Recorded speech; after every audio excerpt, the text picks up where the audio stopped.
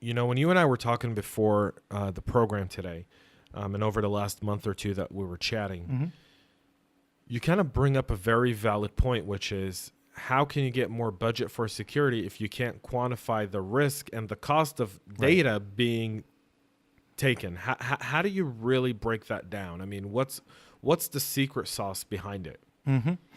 So I think, and it's a little bit more of an art than a science. I don't think there's a perfect answer to that question. There's not an off-the-shelf model or solution that you just buy and plug in, and you instantly are able to quantify risk across your organization. I think a lot of companies have had companies call this group a different kind of group, but kind of a business continuity group, right? That often is quantifying risk for the company.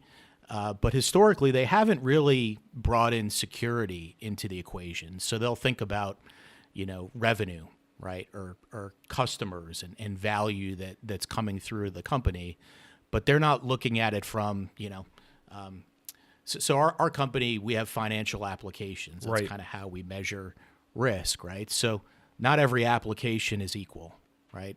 We may have an application that goes out to, a top retailer in the world that's driving a lot of business revenue, transactional volumes. We may have an application that's going to a small, or medium-sized business that's not driving the same value. So those aren't equal from a monetary standpoint.